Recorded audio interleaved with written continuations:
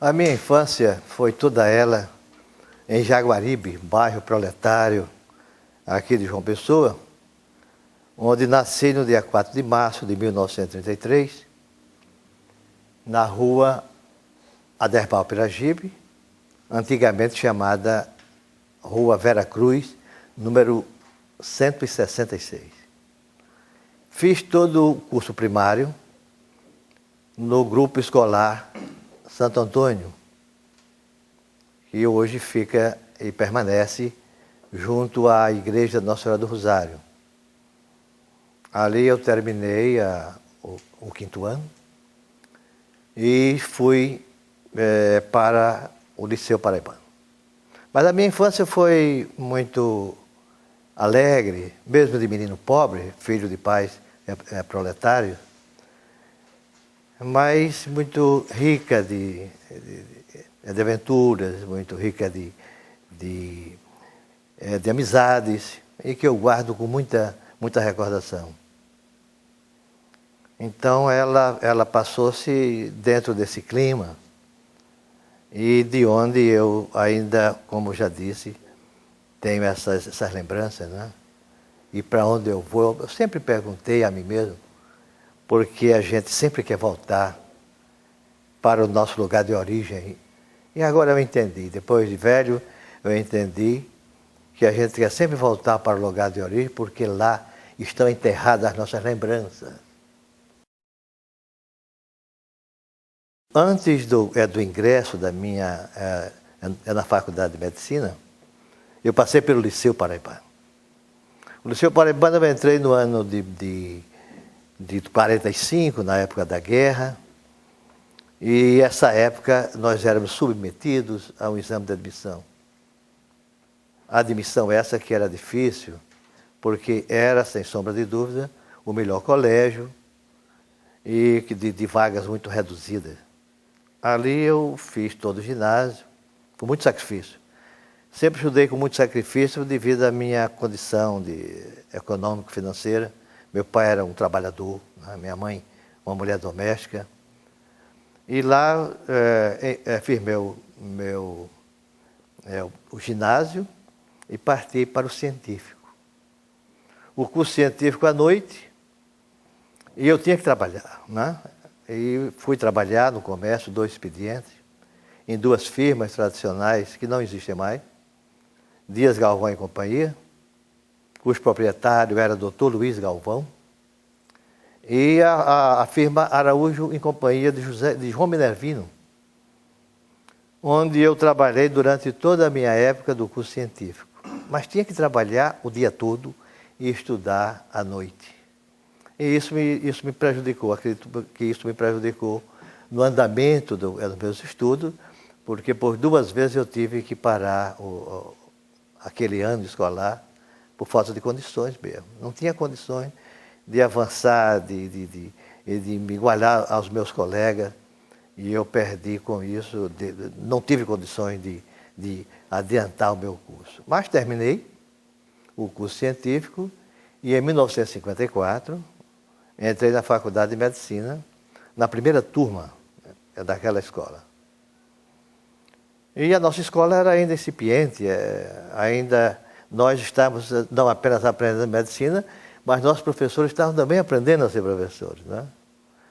E eu faço isso assim como quem faz um preito de justiça e de agradecimento. Hoje eu vejo o esforço e o altruísmo daqueles professores que se juntaram, que pediram dinheiro emprestado à Caixa Econômica, cada um, para juntarem e fazer um montante, né, que desse para começar a faculdade às suas custas, né, para que nós, os filhos de trabalhadores, como eu e outros, pudéssemos ser médicos, né? Então essa é uma homenagem que eu faço aqui a todos eles, mas na figura do Dr. Humberto Nóbrega, que era um homem muito inteligente, um idealizador, né? E que sempre teve assim, essa noção do que ele poderia contribuir à sua cidade. Então a nossa faculdade nasceu assim, posso dizer, não há nenhum demérito em dizer que ela nasceu de um grupo de amigos e todos eles foram tirados dos seus consultórios, tirados das enfermarias da Santa Casa para começarem a ensinar. É claro que nós tivemos a contribuição de professores nacionais e internacionais do maior quilate. Eu tive histologia ensinada por Geraldes Barba, assistente de Celestino da Costa, de Lisboa, da Universidade de Lisboa. Foi meu professor de parasitologia, o Samuel Pessoa Banley, filho de uma paraibana, e que se destacou no mundo inteiro pelo seu grande trabalho político e pela sua grande inclinação de socialista e a ciência da parasitologia. Então nós tivemos professores que vieram para cá, Eugênio de Carvalho, que veio do Rio de Janeiro, e aqui veio trabalhar no IAPC, antigo IAPC, e ensinar bioquímica. Então nós começamos a nossa faculdade quase que ensinando aos professores. A faculdade ensinava aos professores. Né? O professor Asdrubal, que foi o primeiro professor nosso, um homem extraordinário, um homem dedicado, que criou. A gente dizia naquela época que nós tínhamos uma faculdade de anatomia. O Instituto de Anatomia, a disciplina de anatomia do professor Asdrubal era maior do que a faculdade. Né? Com a sua exigência, com a sua obstinação, com a sua seriedade, ele veio aqui nos ensinar também como ensinar medicina. E daí em diante, cada disciplina foi se organizando, até que nós tivemos um nível que houve uma época que era tido como um nível regular no ensino da medicina no Brasil. Bom, a minha inclinação pela medicina se deu de maneira, vamos dizer assim, às avessas, porque eu queria ser engenheiro. O grande sonho da minha vida era ser engenheiro, era construir pontes e casas para os trabalhadores. Né? O meu pai queria que eu fosse advogado. Ele disse, eu quero que meu filho seja advogado para fazer discursos, para entrar nessa área. E a minha mãe queria que eu fosse médico. E no final, pesou a medicina. Primeiro porque nós não tínhamos naquela altura ainda a faculdade de engenharia aqui na Paraíba. Meus primos, Fernando e Felício Limeira, França, esses foram para Recife estudar engenharia. Eles tinham melhores condições econômico-financeiras e fizeram, e são brilhantes, ainda estão trabalhando, são brilhantes engenheiros. E eu, a faculdade, tanto o pedido da minha mãe, tanto a sensibilização dada pela minha mãe, que era uma mulher simples, era uma mulher, mas muito inteligente. A minha mulher tinha apenas o curso primário. A minha mãe tinha apenas 3 ou 4 anos de estudo, mas tinha uma sensibilidade muito grande. Né? Era uma mulher muito bonita, né? E de quem a minha lembrança nunca se separa. Né? Era uma mulher muito boa, e que eu guardo muita lembrança. Que também do meu pai, né? Pela honestidade, pela austeridade dele, pela responsabilidade que ele tinha em criar 7 filhos naquela época, né? Sendo ele apenas um trabalhador. Né? Então, isso me levou a fazer o curso de medicina, tive sorte, e no primeiro vestibular passei. E aí foi essa caminhada da faculdade de medicina que nesse estudo, né? Durante a minha formatura, a minha formação de médico, na faculdade de medicina, o que mais me lembra e o que mais me comove é ainda o Hospital do Pronto-Socorro. O Hospital Municipal de Pronto-Socorro, o velho HPS, uma verdadeira universidade, né? Onde eu posso dizer que fui médico ali. Né?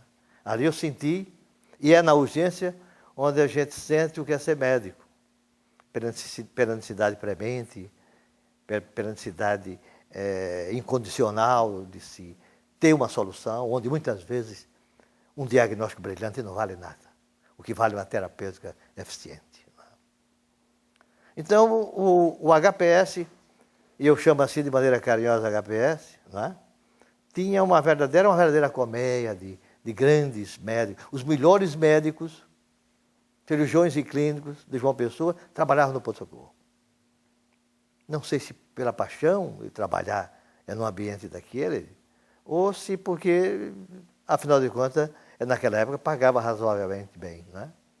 Mas nós tínhamos as equipes, né? E eu entrei no Hospital do Pronto-Socorro por volta, assim, mais ou menos, do 3º ano.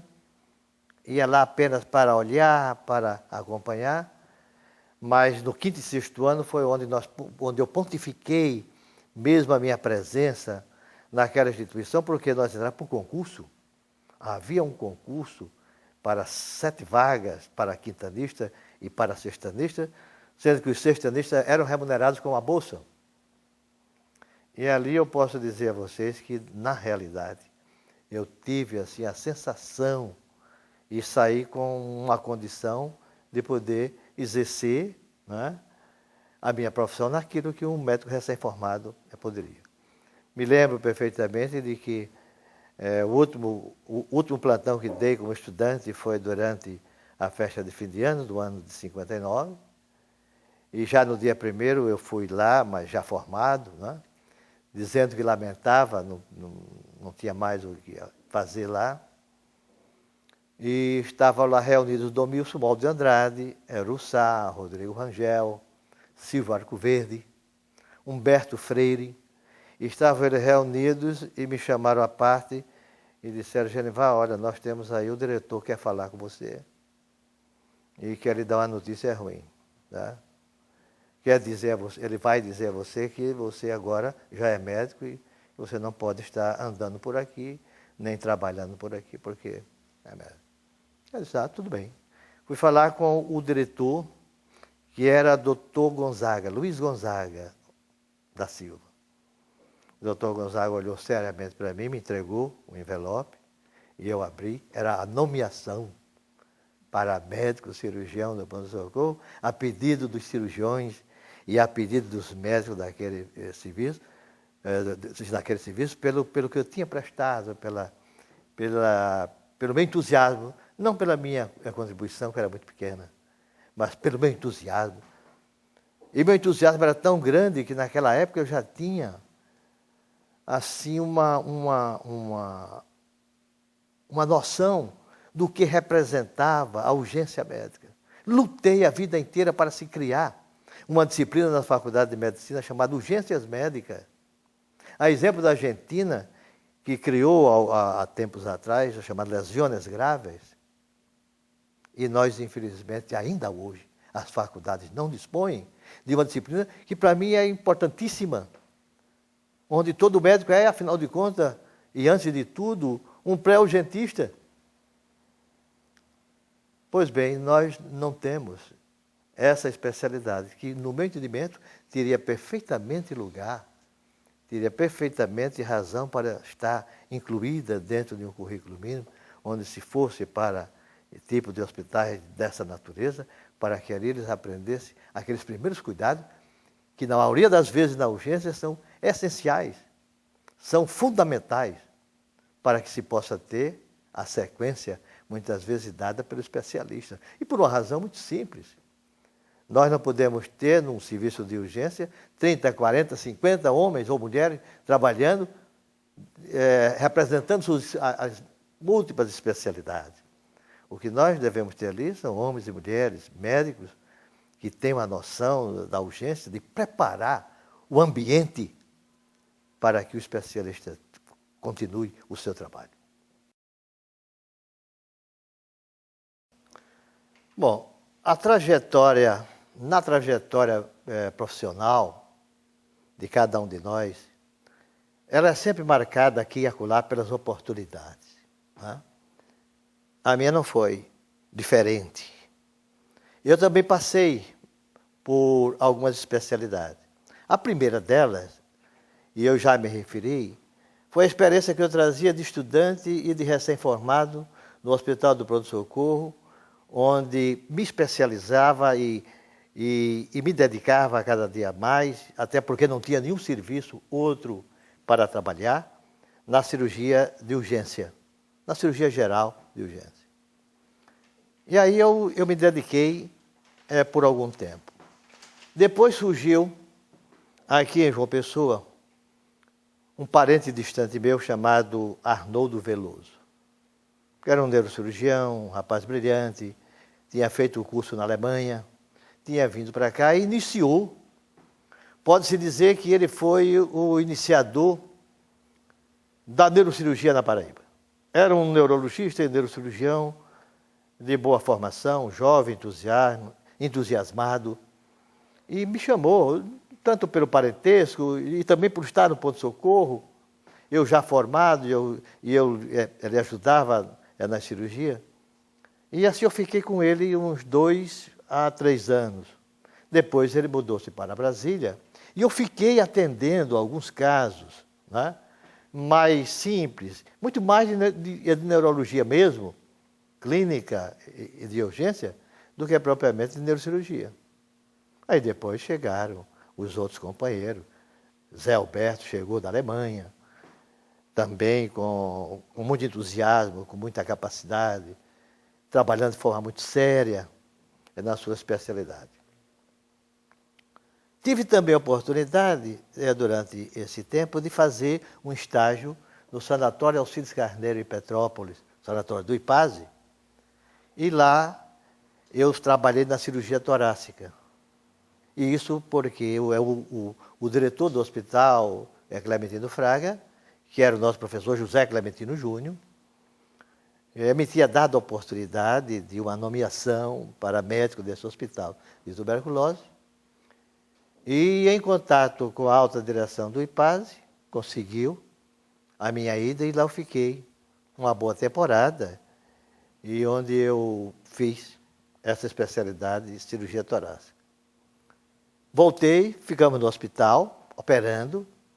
O primeiro cirurgião de tórax aqui a iniciar a chamada cirurgia da tuberculose, que era, de fato, a mais comum nesse campo, era um colega de Pernambuco chamado Nilton Teixeira Lopes, que fez concurso para o IAPC e veio morar aqui, mas muito difícil. A época, ainda estávamos começando, a anestesia ainda era precária, sob o ponto de vista do material e das tecnologias usadas. E a verdade é que nós tivemos, assim, sérias dificuldades. Depois chegou Aquiles Leal, que era assistente dessa especialidade em Pernambuco, né? Joaquim Cavalcante, o grande mestre da cirurgia torácica nordestina, e Aquiles veio para cá com uma noção diferente. Ó. Aquiles foi, no meu entendimento, o maior cirurgião que a Paraíba conheceu. Era um homem ele era um grande cirurgião, por uma coisa simples que, lamentavelmente, os médicos não entenderam ainda, porque era um grande clínico. E o pai de todo médico é o clínico, o pai do cirurgião é o clínico.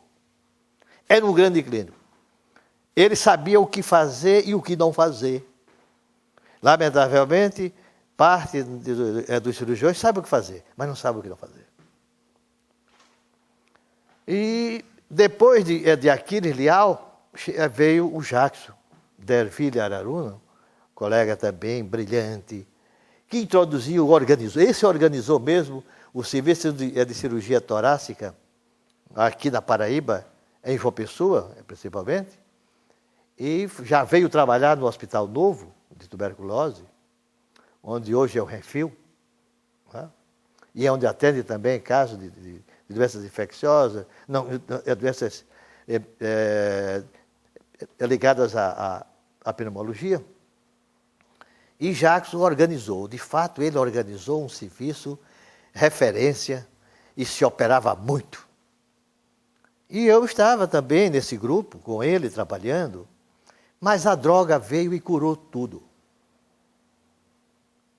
A droga antiga, o PAS, a hidrazina, a estreptomicina, e depois as drogas modernas, vieram e curaram em 98%. E inverteram-se as indicações de cirurgia da tuberculose. Nós operávamos apenas os negativos.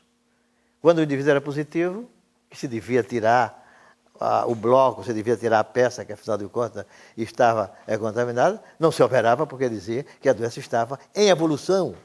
Operava-se apenas os lobos e os pulmões com cavidades. Né?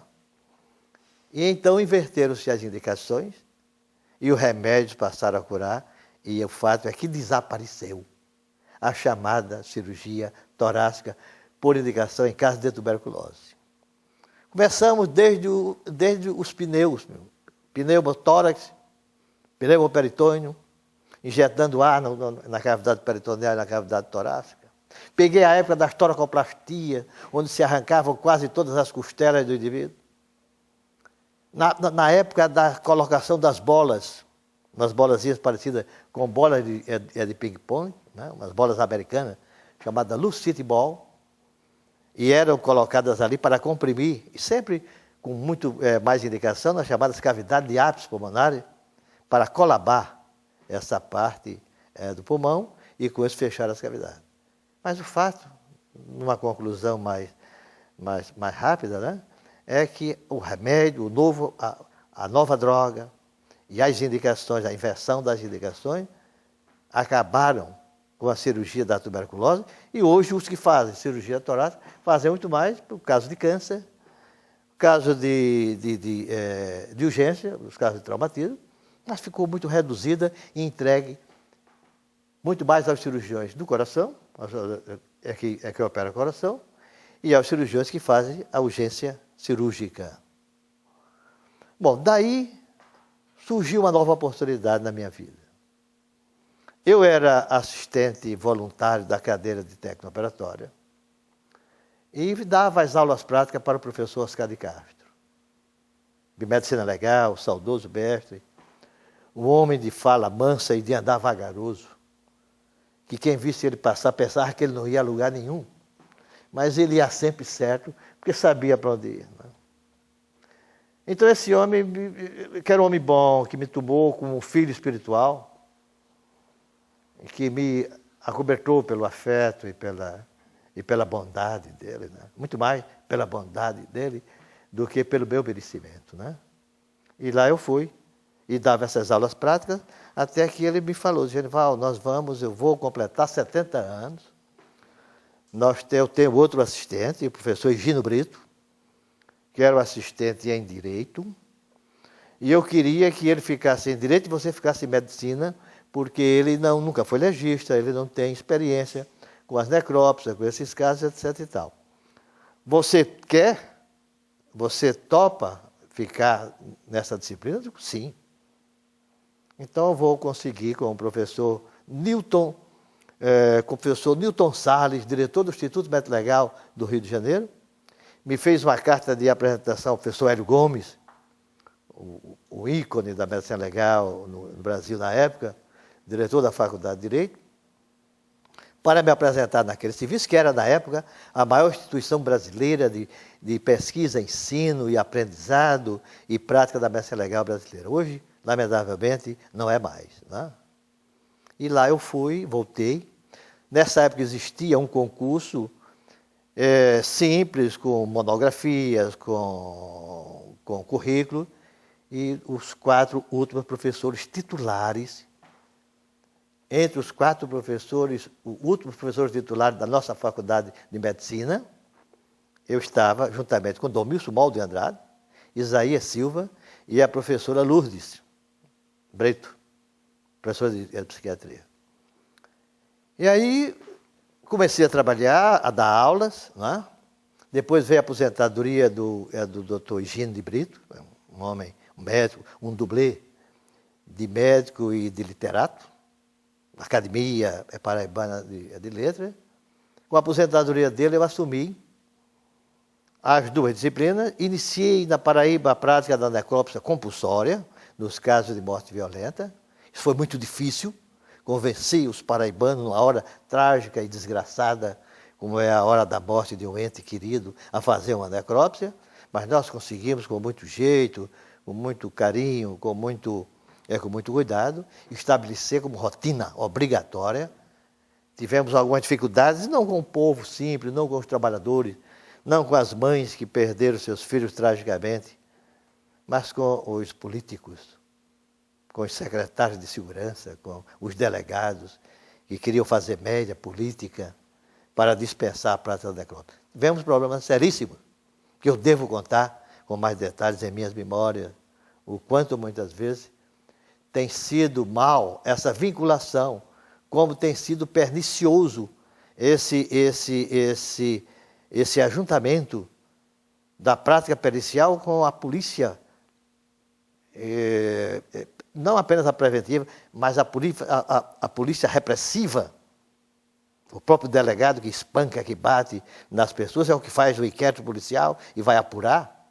E eu sempre me revoltei contra isso, para desvincular de forma imediata os institutos de prova, os institutos de perícia do Brasil, criar uma coordenação de perícia ligada diretamente ao governador do Estado, com independência, todas as formas de independência, econômica, financeira, administrativa, e não a vinculação com o órgão de repressão, que nada tem de ciência. O nosso órgão para o qual nós trabalhamos é a justiça. A Mestre Legal tem um compromisso inarredável com a justiça, com o direito. Ela nasceu para isso.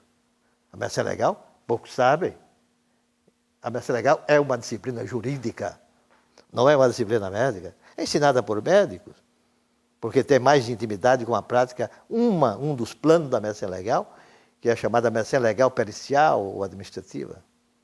Mas a medicina legal foi criada pelos cultores do direito.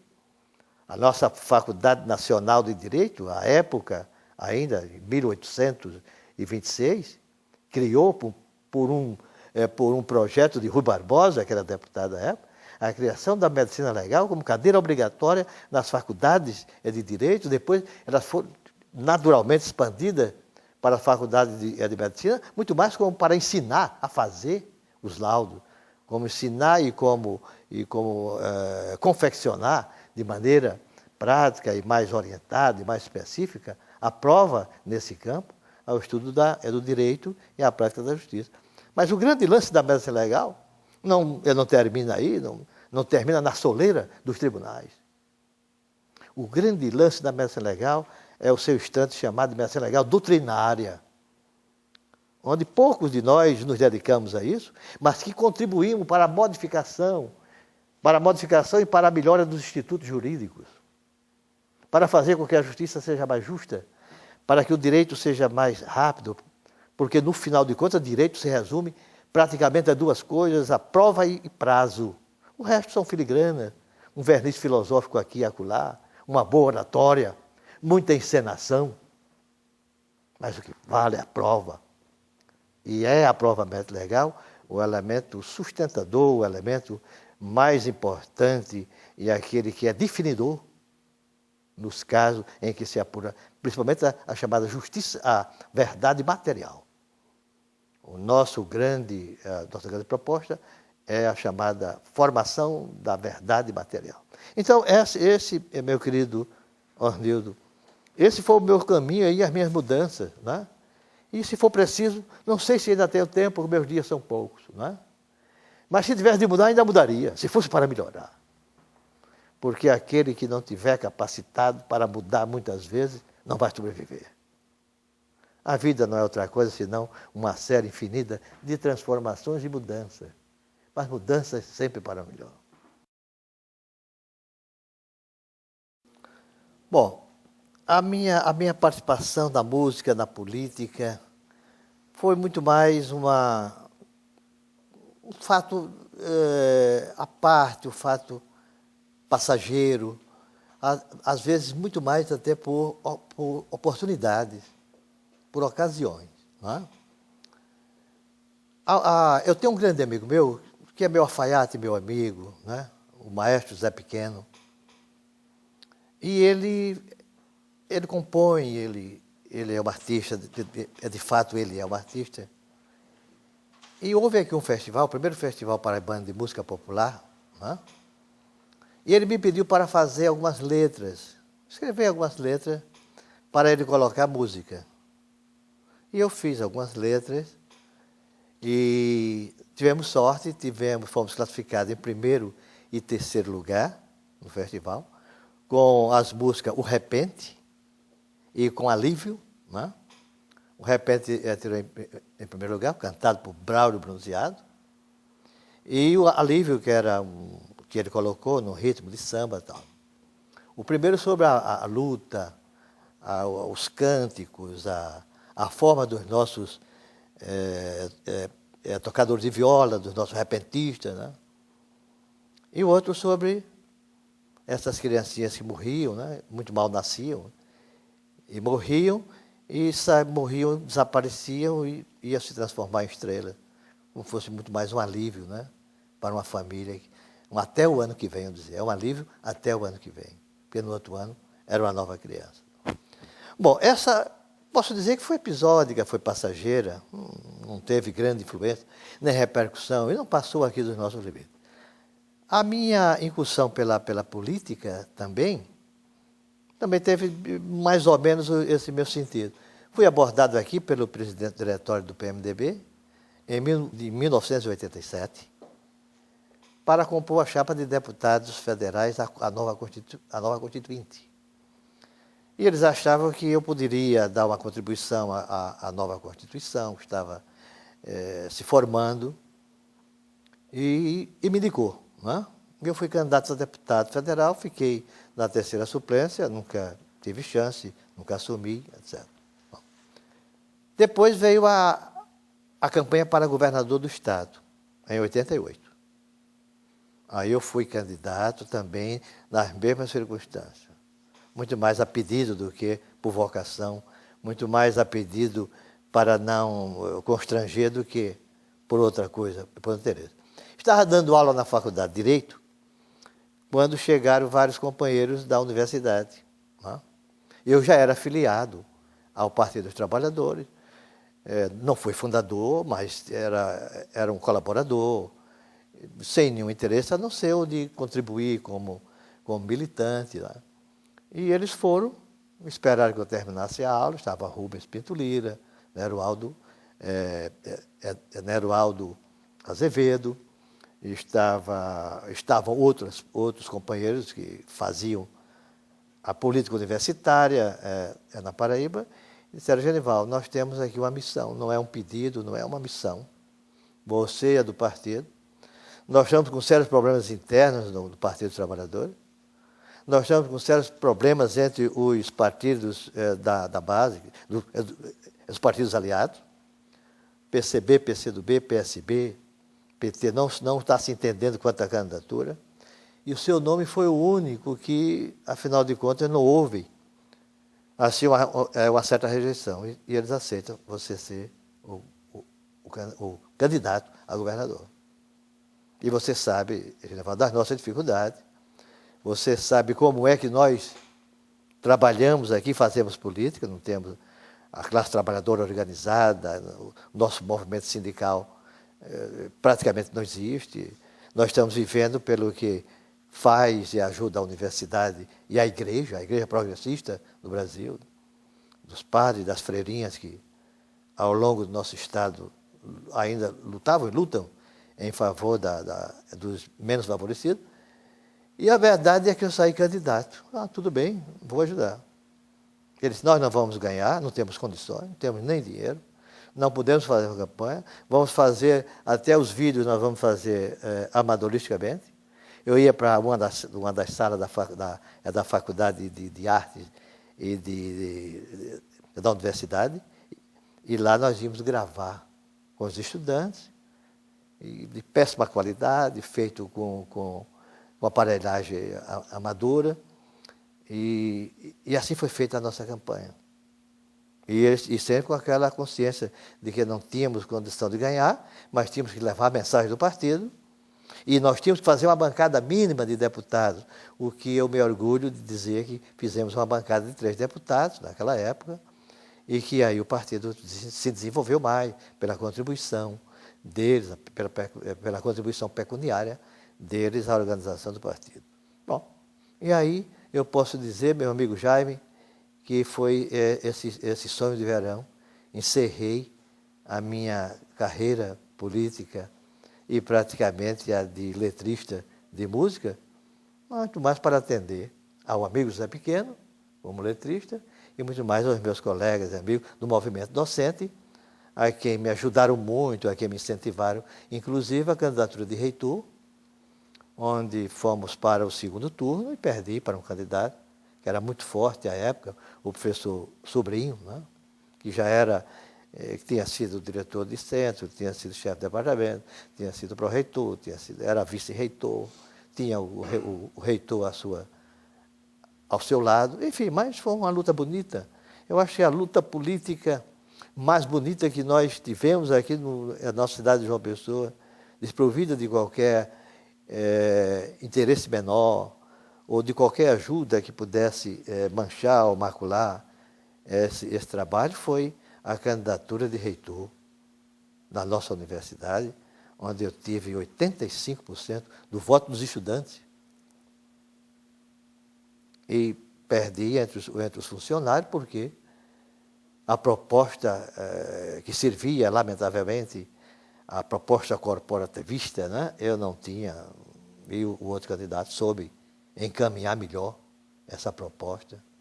E assim eu perdi por 100 votos, no universo de 25 mil votos. Mostra a grandeza do conflito, como foi renhida, afinal de contas, essa luta.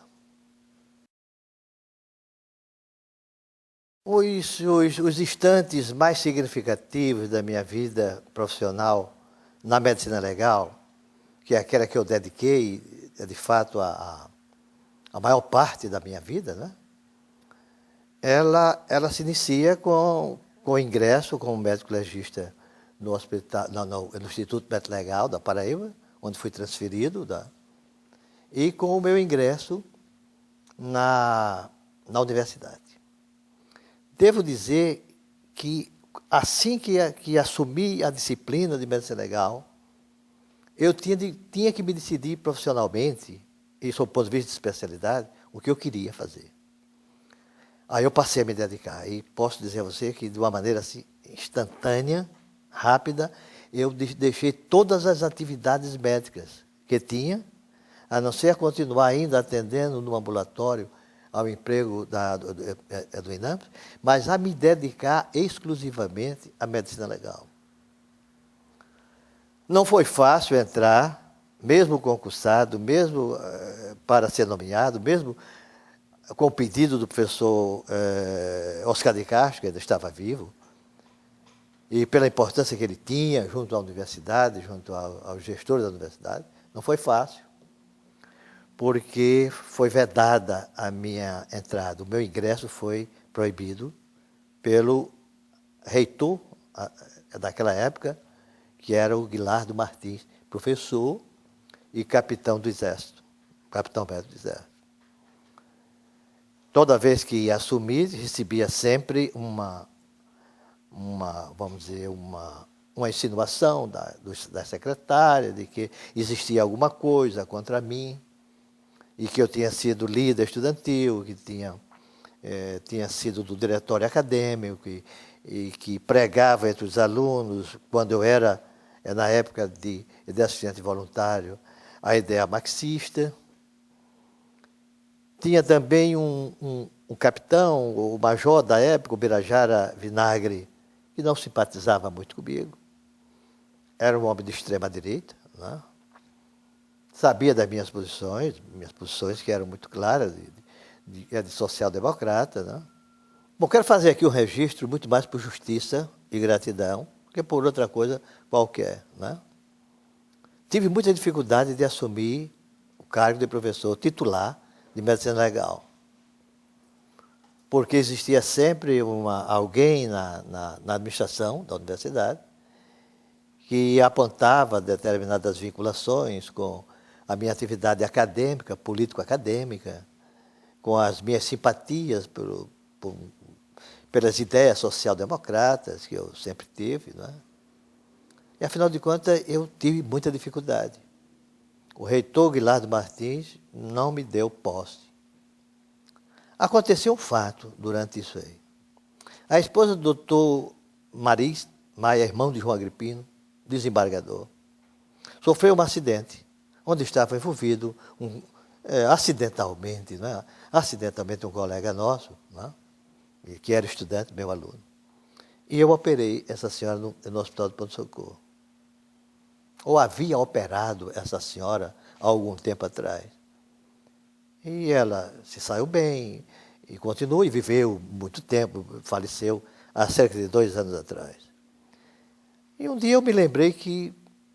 Aí eu me lembrei desse fato, e me lembrei do ex-estudante, e digo, eu vou falar com o governador João Agripino a esse respeito.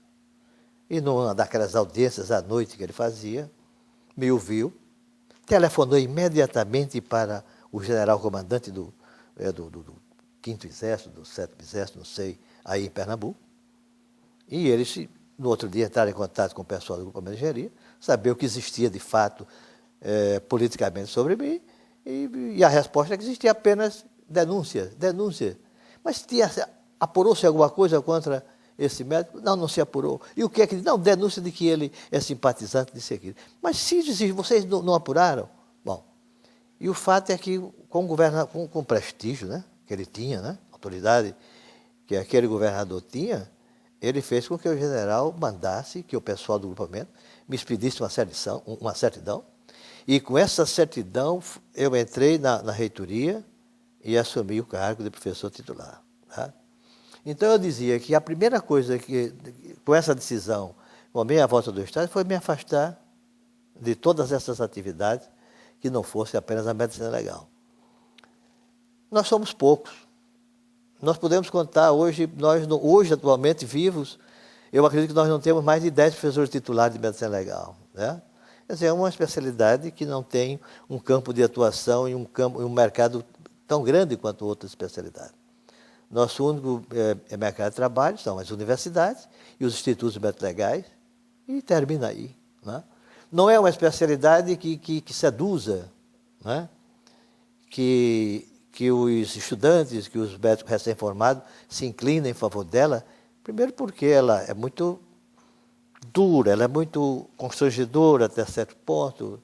Né? Você vai trabalhar na fealdade do crime, né? Mergulhado na torrente do sangue, né? E, por outro lado, é estreito demais esse mercado. Então, é difícil você ter, nas turmas que saem ano a ano nas faculdades, uma outra vocação, que às vezes a gente tem até, se anima por tê-lo conosco, de ter mais alguém que entra nesse exército, e, por outro lado, a gente tem a consciência já pré-determinada que ele está fazendo um casamento com a pobreza, porque, afinal, ser legista é ser empregado público, não existe consultório, não existe outra coisa. Não sei os luminares da medicina legal que dão consultoria, que dão pareceres, etc. Bom, então, a minha trajetória foi essa. Professor, naquela época chamava de professor catedrático, depois a reforma retirou essa expressão. Quer dizer, tinha praticamente 28 anos quando entrei, né? O mais jovem professor catedrático do Brasil. Comecei a participar de concursos públicos na qualidade de membro de banca para professores titulares. E com isso eu fui fui me aproximando daquelas pessoas a quem eu sempre admirei, com quem eu tanto aprendi. Bom, durante essa trajetória, eu escrevi 20 livros, né? Sendo que a Medicina Legal, que está em 8ª edição, posso dizer isso com muito orgulho, não por vaidade, muito mais até por orgulho pessoal, né? Profissional, dizer que é o livro mais adotado, é o livro indicado para concursos públicos, de procuradores, de delegados, de médicos legistas, juízes, promotores, etc. Hoje eu posso dizer a você que vivo dos meus livros, vivo dos direitos autorais, porque o que ganha um professor universitário é até vergonhoso, né? Para o que se necessita a nível de ciência, de pesquisa, de livros, de congressos, etc. Então, e o outro livro também, que tem tido assim um relativo sucesso é o direito médico, uma área que eu criei e que denominei assim, não é? E que já está na 9ª edição pela editora Forense, e que hoje tem a Associação Mundial do Direito Médico, a Ibero-Americana de Direito Médico. Vou agora ao México, vou agora a Montevidéu, para congressos de direito médico. Já existem faculdades que criaram a disciplina de direito médico, e sou chamado de maneira mais carinhosa pelos meus colegas dessa área como pai do direito médico. Certo? Eu digo, não, pai, eu não tenho mais idade de ser pai, é o avô. Eu sou o avô do direito médico. E é um livro que tem uma relativa, vamos dizer assim, publicidade, porque ele tem sido citado nos pareceres dos juízes, de ministros de tribunais, e coisa dessa ordem, o que muito me envaidece, sob o ponto de vista profissional. Né? Bom, no campo do magistério, eu fiz 1.200 palestras ao longo dessa minha vida, devo ter feito umas 1.500 viagens, faço uma média, cheguei a fazer 50 viagens por ano, participo de cerca hoje de 12 cursos de pós-graduação na qualidade de professor convidado, e sempre na área de pós-graduação.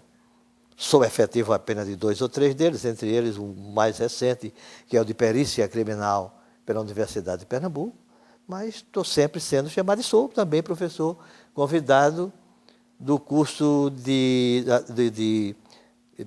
mestrado em Medicina Forense da Universidade de Valência, na Espanha, e professor convidado da Universidade de Coimbra, no Instituto Prelegado, no chamado Curso Superior de Medicina Legal.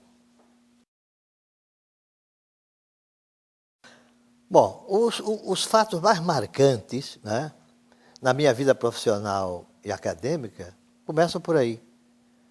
Pela publicação dos meus livros, pela minha presença nos cursos de pós-graduação, pela publicação de 450 trabalhos em revistas nacionais e estrangeiras, e também por alguns feitos, como, por exemplo, a descoberta de um novo sinal em medicina legal. Eu estava dando aula prática para os estudantes de medicina, de um desses garotos que são presos e levados à delegacia. Ele foi esganado, e eu, durante a necrópsia, mostrei como era que se fazia o exame de um esganado, as marcas deixadas pelas unhas no pescoço, as fraturas das cartilagens da tireoide e cricoide, e dizia a eles também que, nos casos de enforcamento e estrangulamento, eles deveriam abrir a artéria, a artéria carótida principal, né, para procurar um sinal chamado sinal de Amusati, que é uma ruptura da túnica interna em direção transversal. Eu digo, vocês têm que abrir, porque sempre tem essa marca chamada sinal de Amusati. E quando abri as artérias, estava numa delas uma marca totalmente diferente, que não era mais em sentido transversal, não era mais retilínea. Ela era em forma de meia-lua, de concavidade voltada para dentro, e que eu imediatamente imaginei que tinha sido algum acidente, alguma prática de uma contusão, mas depois passei a refletir melhor e tratar-se da compressão da unha sobre a artéria e desta sobre a coluna cervical, produzindo com isso a ruptura da túnica interna da carótida primitiva, né, com um sentido totalmente diferente do de Amusati. Imediatamente fotografei. Houve o caso Cláudio Alessi, não sei se vocês se lembram, Cláudio Alessi é no Rio de Janeiro, e o médico do Instituto Legal do Rio de Janeiro também encontrou, fotografou e encaminhou do seu lado. E eu comuniquei imediatamente à Academia Internacional de Medicina Legal, desse achado, apresentei em alguns congressos, e ela veio batizada pela Academia como marca de França. Né? E estão nos livros nossos, nos principais livros brasileiros, e alguns livros estrangeiros, e já traz essa contribuição. Bom, além disso aí, eu poderia citar na minha vida profissional de legista, né? Que tive alguns casos bem interessantes, né? Um que me tocou muito e que foi difícil na hora foi o caso de João Roberto, líder estudantil, morava em Cabedelo, que morreu em Cabedelo, morreu em Cajazeiras, e tinha chegado aqui com o diagnóstico de afogamento. Não foi feito nenhum exame médico legal, e o secretário de segurança da época e as próprias pessoas interessadas, e havia aquela ebulição muito grande na época da ditadura, e eles me procuraram. Um dos delegados foi à minha casa para que eu desse o atestado de óbito, no caso de João Roberto. E eu disse que sim, não tinha nenhum problema. Afinal de contas, essa é a minha atividade. E pedi que levasse para o ponto-socorro. Nessa época não tínhamos Instituto Médico Legal. Levasse o ataúde para o ponto-socorro, que eu iria fazer a necrópsia e faria isso com... E disseram, não, você vai ter que dar o atestado sem abrir. É ordem do comando, né, do Exército. É ordem aqui dos que estão à frente, que representam aqui o que representava os anos de chumbo, né? Que não era inviolável, intocável. E eu disse a eles que não dava. Né? Não dou o meu atestado. Me neguei a dar um atestado sem ter examinado. E certamente eles conseguiram, com outra pessoa. Com os legistas eu tenho certeza que não. Porque na época as pessoas que trabalhavam era José de Anchieta Anta, um homem de uma capacidade moral acima de qualquer suspeito. O outro era o doutor Alírio Batista de Souza, né, que também não, de maneira nenhuma, entraria nisso. E, então, esse atestado deve ser dado por alguém, ou enterraram sem atestado, porque eles faziam muito pior do que isso. Quanto mais enterrar uma pessoa, um estudante, um rapaz simples, filho do povo, e estudante de medicina, morador de Cabedelo. Mas essa é uma coisa que me marcou, foi um ponto, foi um teste para até onde eu poderia resistir a essas investidas que não eram tão raras assim. Tá? Bom, esse é um caso... Agora, da minha experiência mesmo profissional, eu tenho alguns casos que eu poderia dizer que eles são emblemáticos. Tiveram muito mais pela repercussão que eles tiveram. 3 deles pela repercussão que eles tiveram. Um deles, nem tanta repercussão. O primeiro é o caso de PC, né? Onde eu fiz parte da segunda equipe. Nós fomos chamados um ano depois, né? Exatamente um ano depois, para fazer a exumação dos corpos, e chegamos à conclusão de que havia, sim, um caso de homicídio. Era um caso de homicídio, duplo homicídio, e que não existia nenhuma manifestação técnico-científica que se pudesse dizer que aquela garota que estava com o PC tivesse atirado, muito menos dado 2 disparos. Ela tinha sido assassinada da mesma maneira que o Paulo César Faria foi. Né? Fizemos o nosso laudo, isso houve muita interferência, e recentemente tive notícia do juiz, na época um jovem juiz de muita coragem. Né? Hoje ele já está no tribunal, é de Alagoas, e ele me disse, é José Jorge o nome dele, e me encontrei com ele e disse, olha, Genival, o caso vai para a júri. O caso vai com denúncia, nós desprezamos o exame anterior, né? Que foi feita por outra equipe, né?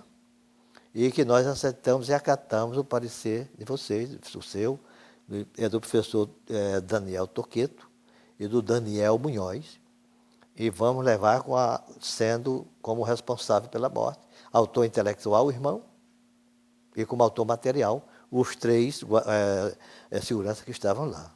Esse caso me deu, eu não posso negar, uma certa projeção a nível nacional, não só por permanecer no caso, por estar no caso, mas pela reviravolta que se deu. Não é? E era difícil, não é fácil você enfrentar situações dessa natureza com pessoas que poderiam estar envolvidas em situações como essa. Né? Tanto que houve uma época que alguém sempre me aconselhando a ter cuidado, a não andar só. Mas como eu posso Ora, se o sujeito alveja o presidente da República dos Estados Unidos, não? Um garoto de 20 anos atira, dá 3 tiros no presidente Ronald dos Estados Unidos. Não? Bom, então, esse é o primeiro caso. O segundo caso, que eu acho da importância muito grande pelo resultado, é o caso Asfora. O caso Asfora, eu vim ter conhecimento 5 anos depois. O doutor Amauri Alcoforado era juiz de Campina Grande e ia ser transferido para João Pessoa e me pediu, eu queria que você desse uma olhadinha nesses autos. É muita coisa, são 22 volumes, você dá uma olhada, que eu estou com isso aí há 2 anos, esses volumes já foram para Salvador, Salvador devolveu, já mandei, e eu quero entregar, não quero deixar isso e tal. E eu fiz uma análise, tem 30 dias para você ver isso. E eu fiz uma análise daquilo que existia lá. E o parecimento legal, em geral, ele é baseado em fatos já existentes, não há como você fugir daquilo que já existiu. E aquilo que já existiu está traduzido nos documentos. E eu pensei, de fato, eu entrei no caso pensando que era suicídio. Mas cada vez que eu me aprofundava mais eu me convencia que não tinha sido suicídio. Por várias razões, que me parece que não é o caso aqui, a gente detalhar essas questões mais legais. Mas distância de tiro, angulação de tiro, as tatuagens existentes, a maneira como ele foi encontrado, debruçado sobre um braço, numa mesa, depois ser atingido por uma munição Magnum 357, de uma potência extraordinária, né? De dar um tiro, depois colocar o revólver, mas antes de se deitar por cima do braço.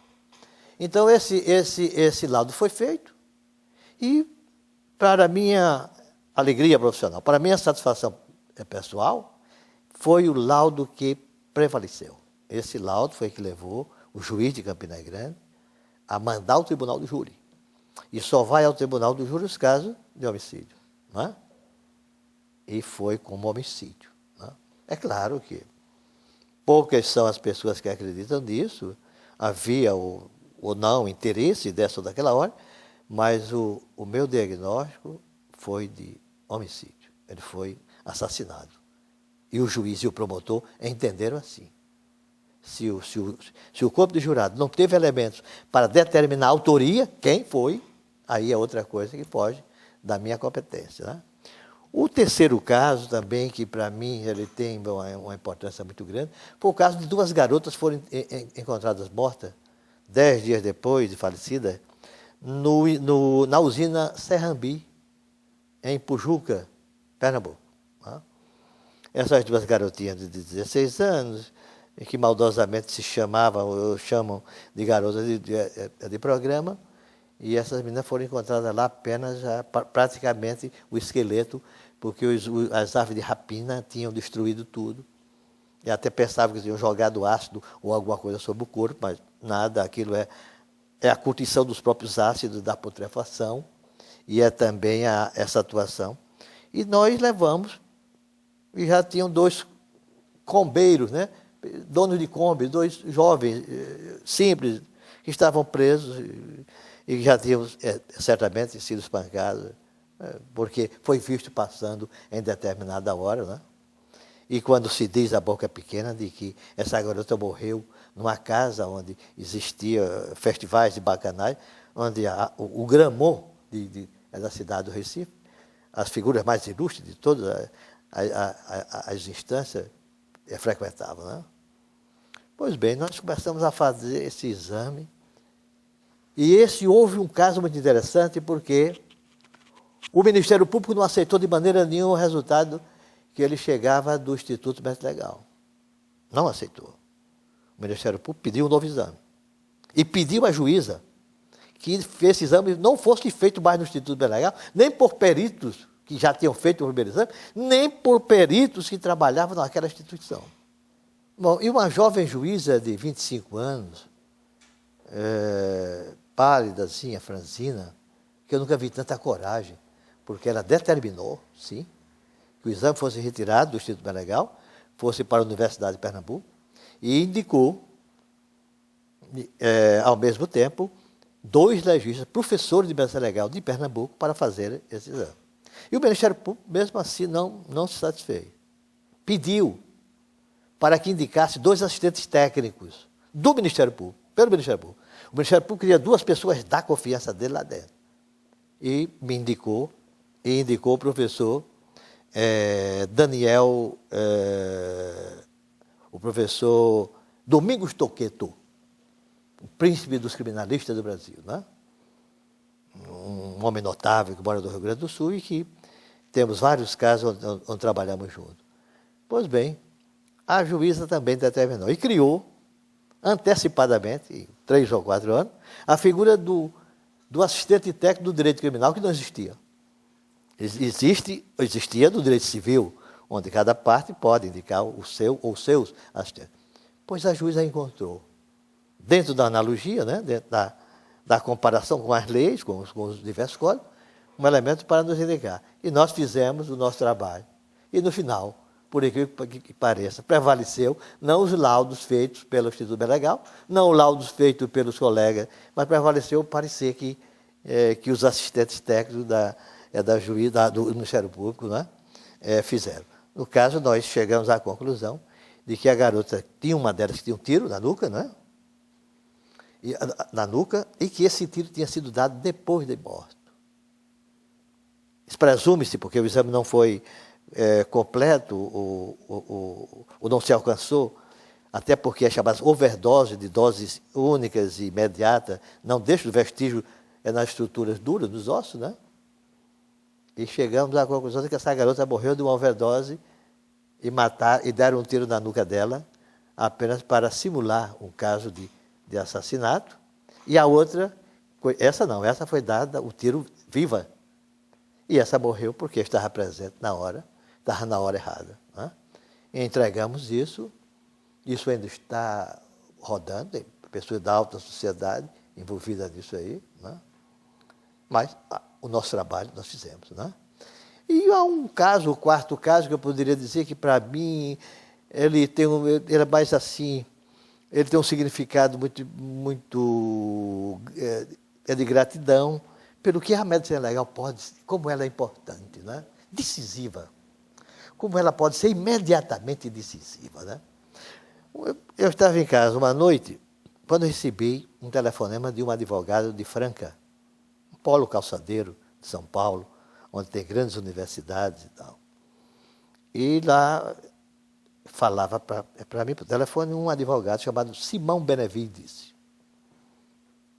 Aquela voz roquenha, né? Desses advogados de tribunal de júri, né?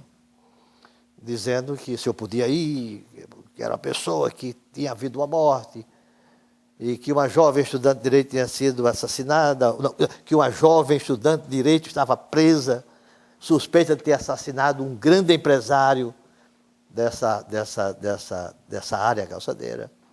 E que ela e os alunos achavam que devia ter uma pessoa presente, porque a menina se negava a dizer que não matou, etc. e tal. O corpo estava lá, né? Foi encontrado o corpo, um grande golpe profundo, um corte profundo na fronte, escoriações no cotovelo. Ela fugiu apressadamente, deixou a sua pasta, os seus cadernos, foi imediatamente identificada e a polícia prendeu. E a polícia, todos nós sabemos como é que ela raciocina, não? A polícia acha que todos nós somos culpados. Nós temos que matar um leão todo dia para provar que nós somos inocentes.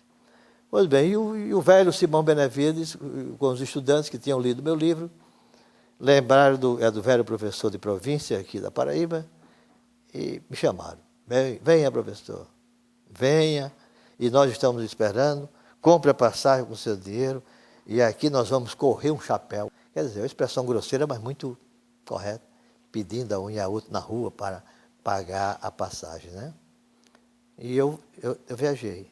Até a minha mulher estranhou. Você precisa mais disso e tal, você ainda vai com o seu... Sim, eu vou com o meu dinheiro, porque essa é a minha vocação, é da minha natureza, né? E eu fui, peguei um táxi apressadamente, cheguei no Recife, peguei um voo chamado de Bacurau. Aí em Recife, cheguei em Ribeirão Preto, ele já estava esperando por mim. Era uma figura folclórica da cidade, né? Baixinho, gordo, calvo, aquela voz roquenha, né? estragada pelo fumo barato, pelo cunhaque de segunda categoria, e pelos juros que ele fez sem microfone naqueles interiores de São Paulo, defendendo os pobres, as prostitutas, os negros. Andava com uma bolsa, né? Parecia muito mais um alforje. E dentro dessa bolsa, um código de processo penal, umas páginas já datilografadas de habeas corpus, né? E um paletó abarfanhado que ele enrolava de toda maneira, e 1 litro de um cunhaque de péssima qualidade, né? E estava lá o Simão Benevides me esperando, num fuscazinho verde, chovia muito, o limpador de para-brisa quebrado, ele parava para botar fumo de cigarro, e eu não entendia por quê. Depois ele me explicou que aquilo deu algo da ciência, e acompanhado de um jovenzinho negro de 12 a 13 anos, que ele chamava de Ed Murphy, né? Ed Murphy era o auxiliar dele e tal. E Ed Murphy olhava para mim assim, olhava. Aí eu perguntei a Simão, ele só vive olhando para mim, ele tem muita admiração por você, que eu falo muito em você. Aí eu disse a ele, meu filho, por que você está olhando tanto para mim? Porque eu pensei que o senhor era branco de olhos azuis, certo? Eu digo, mas por quê, meu filho? Porque esse doutor Simão falava tanto do senhor, mas tanto, que eu pensei que era branco de olhos azuis. Aí eu disse, nós não podemos ser alguma coisa, não, Edmond, né? Pelo fato de termos a nossa pelezinha mais escura e tal.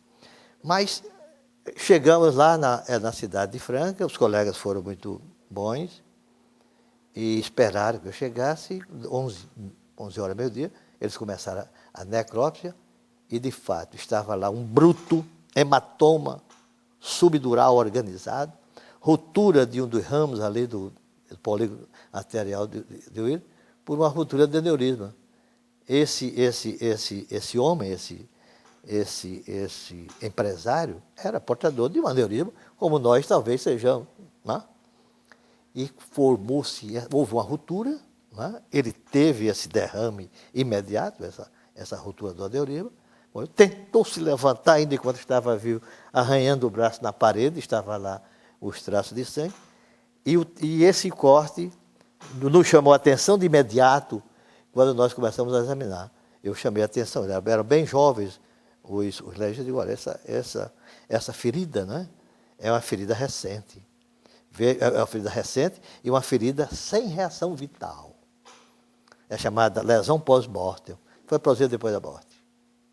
Não tinha nenhuma reação, não tinha infiltração hemorrágica. Aquele golpe que ele tinha, aquele corte que ele tinha na fronte, foi a queda dele por cima de um criado mudo, de uma bancadazinha que existia ao lado da cama. Ali ele caiu e fez essa secção.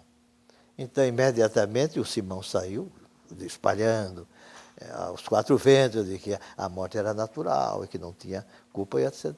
Esse caso me trouxe assim, uma sensação da importância da prova e da importância da medicina legal. E o quanto se tem feito de injustiça apenas por presunção, apenas por intuição, apenas por má-fé, por preconceito, né? Isso foi retirado e foi levado, depois o próprio delegado acolheu a ideia, não discutiu, foi feito o relatório médico legal, e assim ela foi solta, né? E finalmente eu voltei para casa aliviado e certo de que tinha feito alguma coisa de contribuição, e que foi mais uma lição para mim, né? Do quanto é importante se fazer a necrópsia nos casos de morte violenta ou nos casos de morte suspeita. Porque as mortes suspeitas hoje são as mais médico-legais que possam existir. Porque muitas vezes a morte violenta do indivíduo que caiu de um prédio, do outro que foi atropelado, tem importância? Tem. Deve fazer? Deve. Porque há muitas insinuações, há muitas implicações. Mas do indivíduo que é encontrado, como ele foi encontrado, sem nenhuma manifestação mais clara de uma causa jurídica de morte, ou aquele que foi encontrado morto num quarto de hotel, no outro dia, quando é procurado e não atende a esse chamado, né? Então, esses casos passam a ser, na hora atual, de muita importância. Eu acredito, companheiro Jaime Ornildo, de que essas são assim, aquilo que no meu entendimento e para a minha avaliação foi a trajetória mais significativa, aquilo que eu poderia apresentar como mais significativo na minha vida profissional e na minha vida acadêmica. Sou muito ligado à universidade, acredito na universidade. Não posso admitir que possa haver sucesso ou progresso de um povo, de uma sociedade, sem a pesquisa, sem a avaliação da excelência do saber, né?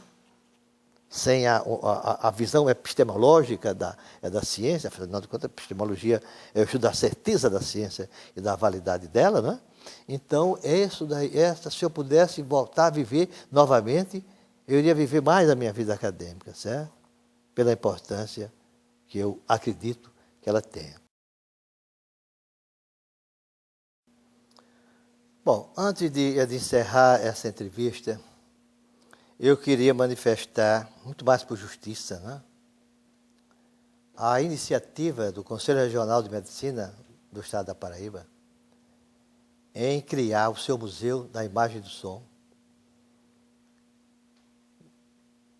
que tenta, e com certeza alcançará, o registro fiel dos médicos e do que foi o exercício da medicina nesses 2 ou 3 quartéis de século. Eu acredito que isso ajudará muito, não apenas a entender a época, não apenas a registrar com fidelidade a memória, né? Mas também ajudará muito ao pesquisador que queira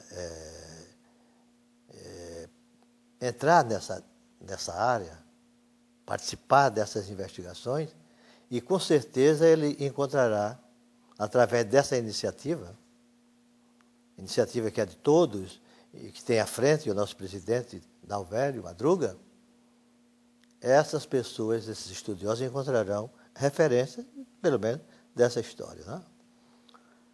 Bom, a primeira pergunta feita foi no sentido da minha incursão pelo Conselho Regional de Medicina do nosso Estado.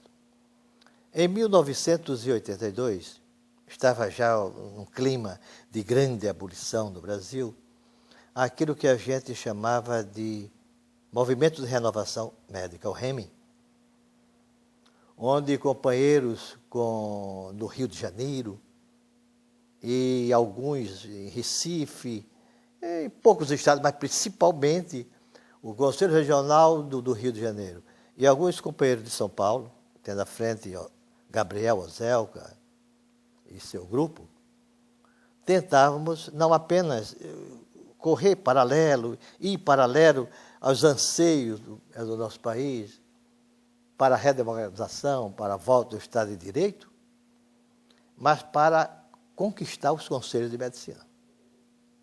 Então o REME, que era esse movimento, que tinha também como líder, que nos inspirou muito, Roberto Chabo, paraibano de Campina Grande, grande professor e especialista médico no Rio de Janeiro. Então nós começamos aqui e eu recebi essa missão de organizar e de ficar como coordenador desse movimento no Norte e Nordeste. A partir da Bahia, ficou sob minha responsabilidade e nós passei a visitar os estados, uma coisa muito bonita e tocante, né?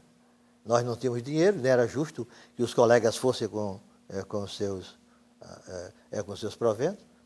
Então, os conselheiros de São Paulo e conselheiros do Rio de Janeiro, que já tinham assumido, os seus jetões e as suas diárias, eles mandavam para a causa, para que se comprasse passagens, pagasse as minhas diárias. E eu fui conversar por uma razão só, mais simples. Porque eu tinha sido professor de muitos médicos. E vocês sabem que a Paraíba sempre foi uma exportadora de médicos, formamos 160, 150 médicos, que não fica nem um terço disso, vão para o Paraná, vão para Santa Catarina. E antes, ainda muito mais, né? Então, onde chegava, tinha sempre um ex-aluno meu, e eu sempre tive muito cuidado no trato com os meus alunos, fiz uma boa relação, e eles conheciam os meus propósitos. Então, nós fizemos esse encontro de conselhos. Primeiro encontro de conselhos de médicos pleiteantes aos conselhos regionais. E eu fui candidato de oposição. Aqui, acredito que foi a primeira vez que nós tivemos um embate entre duas chapas, e eu era candidato de oposição contra um grupo que estava trabalhando, que efetivamente tinha um trabalho regular, mas um trabalho cartorial apenas. Tinha uma boa sede, atendia bem aos médicos, mas não tinha a importância e o significado político, não político partidário, não político ideológico, mas política como proposta de seguir ao bem comum. E que nós que queríamos esses conselhos do movimento de renovação, eram pessoas enganjadas politicamente em movimentos de contestação. Então, nós ganhamos aqui, na Paraíba. E ganhamos em alguns outros estados. E com isso foi a base de sustentação para a eleição de um novo Conselho Federal. Mas aqui no Conselho eu fui presidente, antes eu fui vice-presidente, ainda pela chapa conservadora, depois eu fui presidente, tive 5 anos aqui, onde acredito que não fizemos muita coisa, mas instituímos um jornal, saímos da capital, fomos fazer cursos de ética médica pela cidade do interior e, principalmente, a questão da politização. Né? O Conselho Regional de Medicina passou a existir para a sociedade. Era apenas um órgão da intimidade e da economia dos médicos. Né? E tenho certeza que, a partir de 1982, com a nossa vinda para a presidência desse Conselho, esse Conselho passou a se filiar aos demais organismos da sociedade civil. Passamos a participar aqui com a sociedade organizada do Estado da Paraíba, não como órgão punidor de médicos, não como órgão que dá carteira a médico, mas como órgão politicamente enganjada numa proposta de voltar ao Estado de Direito, a reconquistar a democracia e tal. Então, foi um ano feliz, aprendi muito. Né? Tive muita sorte com o grupo que trabalhou conosco, preparamos uma geração nova para assumir e conduzir, e foi essa geração que vem conduzindo até hoje, a mesma. Né? Nós conseguimos fazer e preparar quadros para que esse conselho fosse conduzido tão bem como vem sendo até hoje. Né? E assim encerrei a minha participação, e um ano depois, ainda presidente, e continuei sendo presidente deste Conselho Regional de Medicina, fui eleito para uma composição do Conselho Federal. Aí foi um trabalho duro. Por quê? Existia um grupo que estava lá há 28 anos, né? Pessoas que eram altamente ligadas e diretamente à estrutura de poder da época, a pessoas que pensavam completamente diferente de nós em termos políticos, né? E nós enfrentamos esse grupo. Né?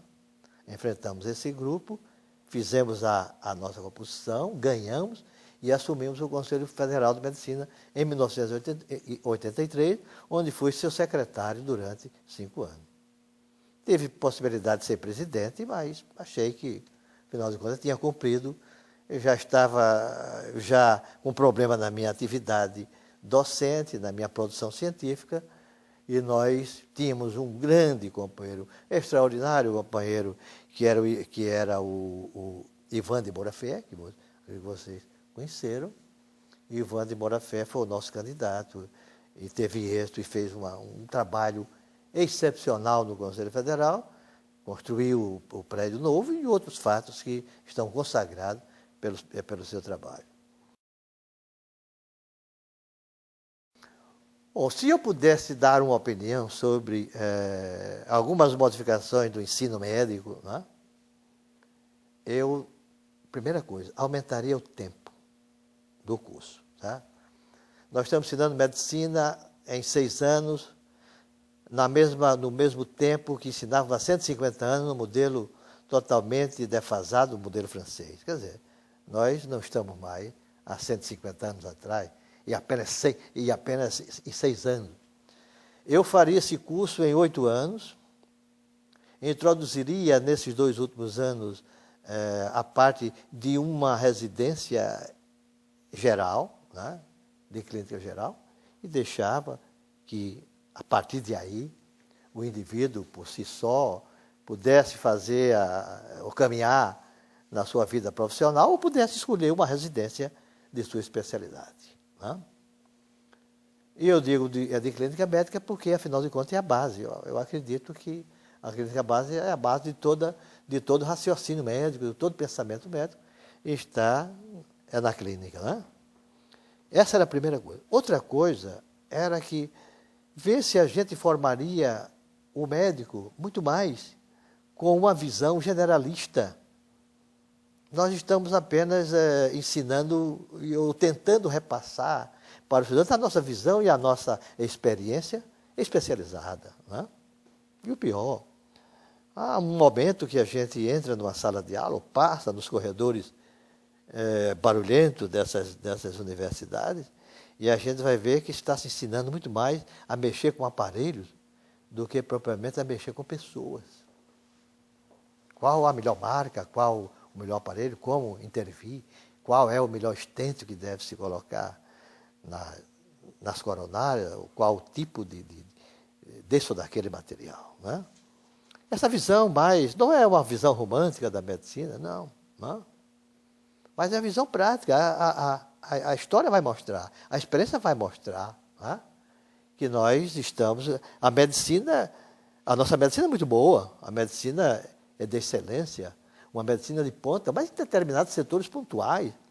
Uma medicina de vitrine, que está às vistas de todos, mas não está na disponibilidade de todo mundo. Né? Então, há necessidade de se mexer um pouco mais no ensino da medicina. Até tirar alguma disciplina que a experiência mostrou que não tem sentido. Tem sentido se você for necessitar dela e andar nela durante a vida toda. Mas para todos, indistintamente, determinadas, que não são nem disciplinas médicas, são muito mais ligadas à antropologia do que à medicina, e do que está me servindo hoje, do que está servindo a muitos. Agora, a anatomia e a histologia daquilo que vocês se dedicam hoje, sim, vocês vão morrer estudando a anatomia dos órgãos, mas a anatomia de determinados órgãos, para quem vai fazer outra especialidade, eu acredito que isso deve ser modificado. Né? Eu acho que nós devemos ter uma boa, para o ensino médico, deve ter uma boa estrutura, onde os estudantes possam praticar. 70% do curso médico é prático. 30% teórico, apenas para nos fazer diferença com o prático. Mas 70% é prática. A gente só aprende a fazer fazendo. Só aprende a operar operando, só aprende a examinar examinando. Não sou contra de maneira nenhuma que se retire a teoria, sim, coloque, mas que se dê ênfase aos ambulatórios, né? Colocar os médicos, colocar, por exemplo, o hospital universitário muito mais à mercê dessas coisas do que propriamente se transformar numa rede paralela com outra noção, com outra postura, com outro propósito, com outro sentido, que não é o ensino da universidade. Né? Eu visitei países, quando eu fui o presidente da comissão que fez o Código de Ética Médica, tenho essa honra também de ter essa dupla paternidade, me chamam também de o pai do Código de Ética dos médicos. Né? Viajei para alguns lugares, né? E muitos deles, países até menores, países que aparentemente não têm a significação que outros têm, mas que levaram a saúde com seriedade. E ela é simples. A medicina é uma coisa simples. Nós é que às vezes queremos complicar, né? Mas ela é simples. Né? Então, eu acredito que dá ênfase a isso, ao que se vai fazer, a colocar os métodos, ensinar muita fisiologia. Né?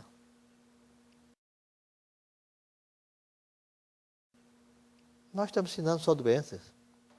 Os médicos parecem que são especialistas em doenças, não são especialistas em saúde.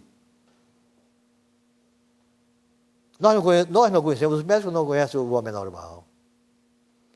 E quando a gente vê o homem normal, a gente começa a se preocupar. Começamos a nos preocupar, a procurar um ou outro sinal, uma outra coisa, até dar um diagnóstico, porque o diagnóstico é o ponto, é o cume de toda a prática médica. Né? Então, a maior decepção para o médico, eu digo, lato sensu, né? É ele mandar o paciente voltar e dizer que não sabe o que ele tem. Não é? Então, conhecer o homem normal, a fisiologia, por exemplo, humana, entender o que é um indivíduo normal e fazer dessa normalidade um padrão para as patologias que vêm depois. Né? Estudar mais a anatomia patológica, que é a cadeira central. Um sopro, um desgaste, uma alteração.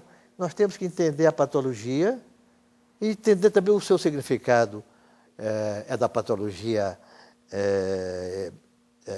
microscópica, né?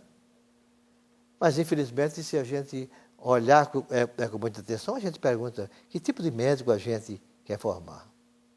Não sabemos. Que tipo de médico nós estamos formando? Não sabemos. Então, é preciso fazer uma coisa séria. Não sou a favor desses curriculistas que andam com a prancheta para cima e para baixo nos corredores das faculdades, querendo mudar, por mudar, não é? Mas alguma coisa está errada. Nós temos companheiros bons? Temos. Mas se deve a duas coisas apenas. Primeiro, a um ou outro serviço que é de excelência, né? E se leva a sério a especialidade, a ciência e a medicina como ciência. E outro é indivíduos que se obstinam, obstinados, autodidatas. Pensem, cada um de vocês e aqueles que avançaram mais nas especialidades, são uns autodidatas. Aprenderam que com a experiência. E, lamentavelmente, se cria agora uma medicina chamada baseada em evidências, onde a experiência pessoal não tem valor nenhum, onde os fenômenos fisiopatológicos não valem nada. E o que vale para esse novo pensamento, esses novos parâmetros, né, é o que dizem as instituições de ponta, é o que diz o Mount Sinai Hospital nos Estados Unidos, é o que diz as grandes revistas e os grandes pensadores. Mas o que nós sabemos pela nossa experiência e o que está consagrado pela fisiopatologia não vale nada. Então, essa medicina baseada em evidência é mais uma sacola de truques que se traz para a discussão dos eventos, né? E nos reduz a nada. A dizer que nós não podemos, temos de dar diagnóstico baseado nos padrões, nos programas prontos de computador que já vêm elencados os sintomas e sinais para, no fim, se colocar em determinados, em sua conclusão e trazer uma série descontínua, amorfa, de diagnóstico, que um não tem nada a ver com o outro, apenas porque coincide aqui e acolá no outro sintoma. Então, essa medicina baseada em evidência, que apareceu agora com uma nova forma, né? que apareceu agora como nova invenção dentro da prática médica, nos parece, e me parece pessoalmente, que não tem nenhum sentido. A mesma coisa, amigo Jaime, é a ética do médico. Né? A ética do médico era baseada exclusivamente na chamada teoria das virtudes, né? Que percorreu 2.500 anos através do pensamento hipocrático. Né? Hoje é substituída pela bioética, uma ciência de elite. E os médicos são obrigados a agir de acordo com como pensam os teólogos, os eticistas, os pensadores, os assistentes sociais, os teólogos, as freirinhas e padres, é que estão dizendo como nós, os médicos, devemos nos comportar. Então, a ética médica, baseada na chamada teoria das virtudes, uma ética que era comparada e trazida ao povo como exemplo de outras profissões. Deve-se guardar as conveniências como os médicos guardam, deve ser como os médicos são. Não é? Hoje, lamentavelmente, essa sala que era antigamente convivida por estudantes e professores que tinham experiência pela sua idade e pelo seu tempo da medicina, é substituída pelos filósofos.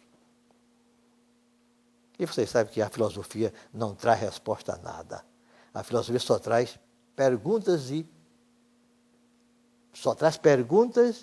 e só traz indagações, né? Não responde nada. E nós não precisamos de filosofar.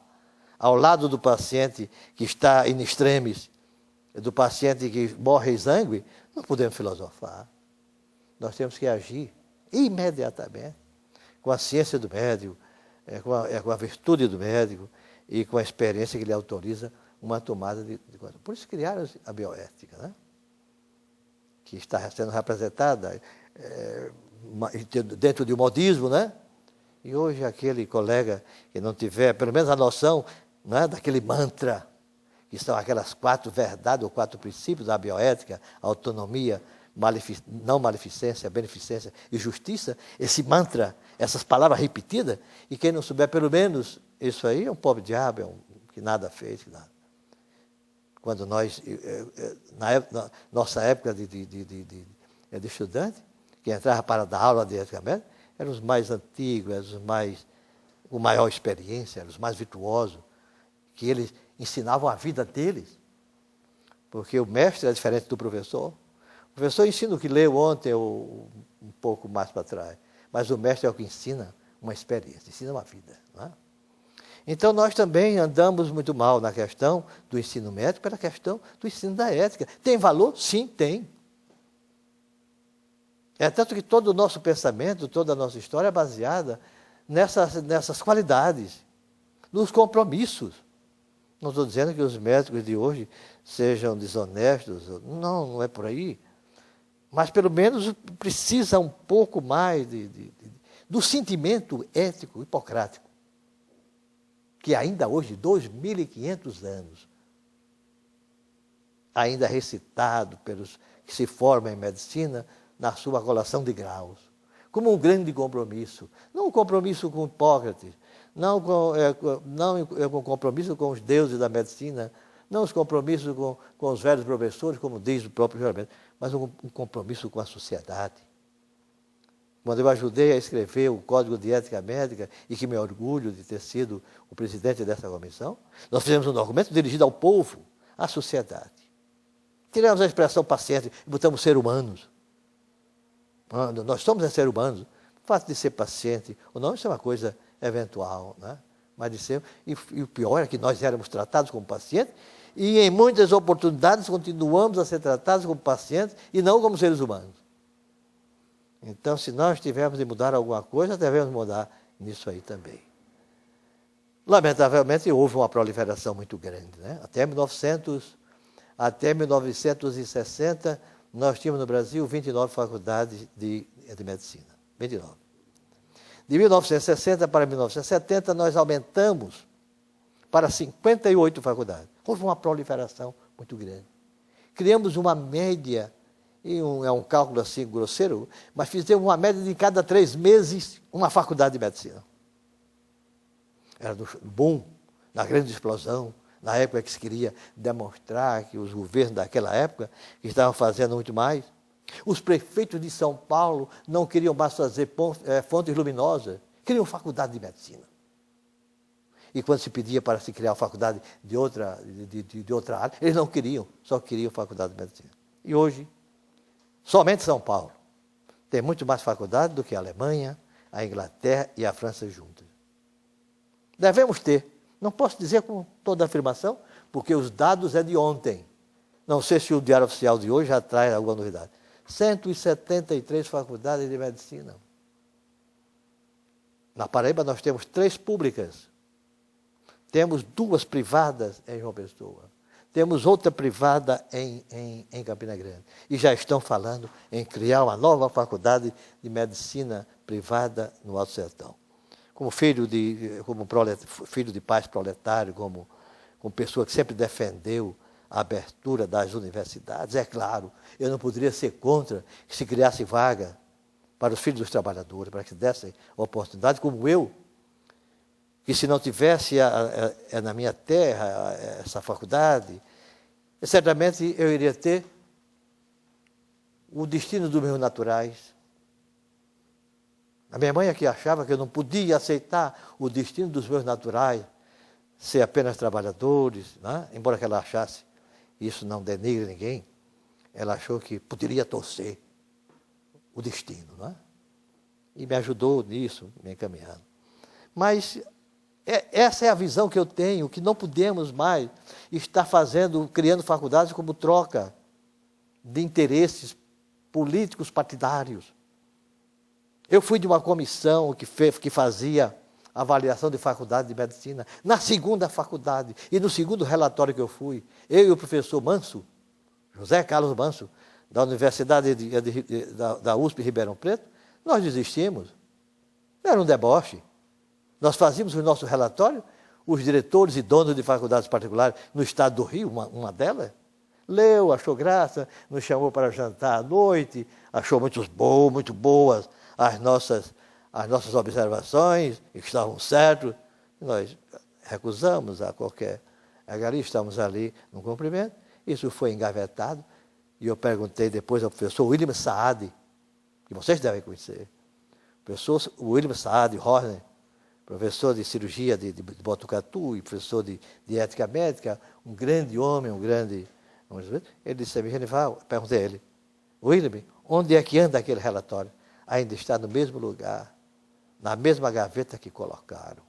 Não houve modificação nenhuma. São dois irmãos, um deputado e o outro prefeito daquela cidade, que não permite de maneira nem mexer. E as nossas não tinham biblioteca, não tinha internato, não tinha laboratório. Os professores deram curso de fim de semana, enfim, e estava se brincando de ensinar medicina. Então, a minha visão é, até certo ponto, pessimista sobre esse aspecto. Mas acredito, eu sou um beneficiário, né? Eu sou um beneficiário dessa medicina moderna, dessa nova medicina, desse novo especialista. Eu tive o coração tratado a ferro e fogo há 3 anos atrás, quando implantei dois estentes, né, nas minhas coronárias, feito como um milagre. A cada um dia e do outro, estava em casa. Né? Feito aqui na Paraíba, feito pelos meus alunos, que tremiam muito mais do que eu na hora da cirurgia. Né? Então, eu não posso dizer que não fizemos nada, né? Mas podíamos ter feito muito mais. Né? E o nosso medo é que isso não se vulgarize de uma maneira tal que não tenha mais controle. Há aqueles que acham que devemos abrir as portas das universidades. Devemos aumentar as vagas no maior número. E a vida amanhã que corrija isso aí. Amanhã a vida profissional que faça a seleção de quem é melhor. Mas isso é um absurdo, porque você está expondo a população, principalmente a população mais simples, né?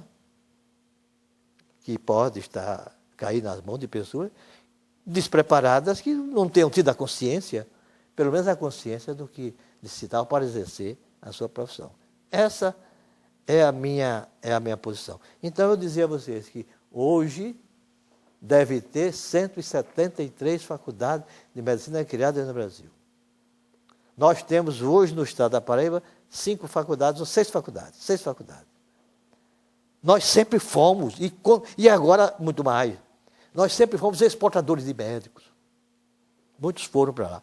E não voltaram, não apenas porque não temos condições de exercer a nossa profissão aqui na Paraíba, mas foram pela dedicação deles. Os paraibanos, os piauienses, os cearenses, os nordestinos, afinal de contas, são muito trabalhadores e se apegam muito às possibilidades, às ofertas, e muitos deles ficaram. Né? Ficaram pelo seu valor, ou foram chamados, como muitos dos nossos companheiros, foram chamados para ficar. Esses eram mais vocacionados, eram mais telúricos, eram mais apaixonados pela sua terra, pelo seu povo, e essas pessoas voltaram. Mas 2/3 dos nossos colegas não voltam. Houve uma época em que a Paraíba era exportadora de médicos para o interior do Paraná, onde se praticava uma medicina de 2ª ou 3ª categoria, onde os donos de hospitais eram empresários de outras áreas, faziam hospitais para se ganhar dinheiro e se operava por operar. Né? Então, o nosso grande risco é que não se crie uma quantidade excessiva de profissionais, porque criando vai se aumentar excessivamente o número de atos médicos. E muitas vezes, que não é o geral, eu estou falando para a minha categoria, mais para a minha categoria, e nós sabemos que isso não é o geral. Eu não posso generalizar. E isso, primeiro, tem horror à generalização. Segundo, nós temos companheiros que nos orgulham, que nos fazem dizer e sentirmos bem ao lado dele e citá-los como colegas e como companheiros de profissão. Mas essa é uma questão muito séria e que os governos não estão preocupados. nem o atual governo também está preocupado, porque está preocupado muito mais em ter maioria no Senado, eu não vou negar os feitos, né? Aquilo que se vem fazendo em favor das populações mais desarrimadas, mas nessa questão, me parece que nós estamos muito equivocados. As faculdades de Direito já passaram de 1.500. Eu quase não acreditei. 1.500 faculdades de Direito. Cidades pequenas. Fui a uma dessas cidades recentemente, perto de São José do Rio Preto. Né? Lá tinha 3 faculdades de Direito. Certo? Agora, qualidade do ensino, os professores mal formados, sem determinadas disciplinas, a preço irrisório, com 200 alunos dentro de uma sala de aula. Não vamos formar. Olha, não sei se essa é, afinal de contas, a boa experiência. Eu acho que nós devemos mudar e podemos mudar. Tá? Houve um relatório Flexner, há muitos anos atrás, que eu acredito que todos conhecem, né? Por um resultado muito cru, mas que trouxe resultados. Não sei, eu tenho medo. Lá eles fecharam nos Estados Unidos 50% das faculdades de medicina. Aqui isso não ocorreria, porque politicamente isso não seria possível. Não sei também até que ponto, se é por aí, se isso iria melhorar. Agora, nós não temos mais condições de estar criando faculdades. Não temos. Não temos mais massa crítica para isso. Não temos mais professores, não temos mais laboratórios. Né? Cidades nossas do interior. E eu digo isso com muita pena e com medo de não fazer até uma injustiça, mas cidades pequenas do nosso interior, com a faculdade de medicina, querendo criar uma faculdade, vamos ter agora uma faculdade para o sertanejo, para o Alto Sertão, ter a oportunidade. E não vem o resultado do vestibular, apenas 2 passaram, sendo da nossa região. O resto era de Goiás, era de São Paulo, era de fora. E um curso que começou com 30 ou 35, hoje está reduzido a 7. E estão agora aceitando transferência de outros cursos da área de saúde. Eu tenho muito medo de não ser exagerado nessa questão, para não parecer que eu sou um elitista. Né? Que agora, porque estou formado e devo fechar as portas, mas a qualidade, nós temos responsabilidade. O mundo inteiro se preocupou com isso. Lamentavelmente, apenas nós. A Argentina, que é um país que, é claro, tem cerca de 35 a 40 milhões de habitantes, mas a Argentina tem pouquíssimas faculdades. Eu vou dizer uma coisa para vocês não vão acreditar. Faculdade o país, a Argentina, tem o mesmo número de faculdades que tem a Paraíba. 6 faculdades de medicina. O Uruguai tem uma faculdade só. Né? E assim você vai tirando e vendo e fazendo essa realidade. Nós temos já um número de médicos, temos sim. E aí é que está o erro nosso, me parece, que reside nisso. Nós temos um bom contingente de médicos. Nós temos hoje uma média de, pelos meus cálculos, 280 mil médicos em atividade. 280 mil. É um número razoável. Está dando, sabe quanto? 1 para 500 ou 1 para 600 habitantes. A recomendação da OMS, em época muito mais difícil, era de 1 para 1.000. João Pessoa, talvez vocês não saibam, é a maior densidade médica do Brasil. Nós tínhamos aqui, há um tempo atrás, para uma população de 600 mil, nós tínhamos aqui uma média de 3.200 médicos inscritos.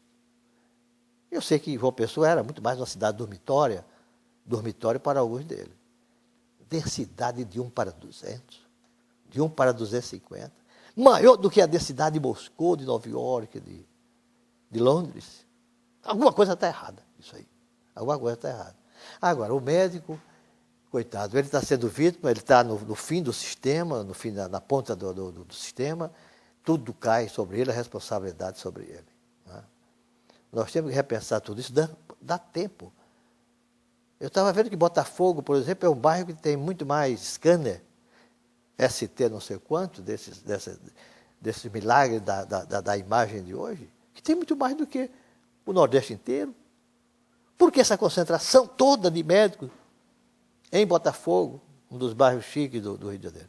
Porque nós não temos condições para dar aos médicos do interior. Não temos um projeto, não temos um programa.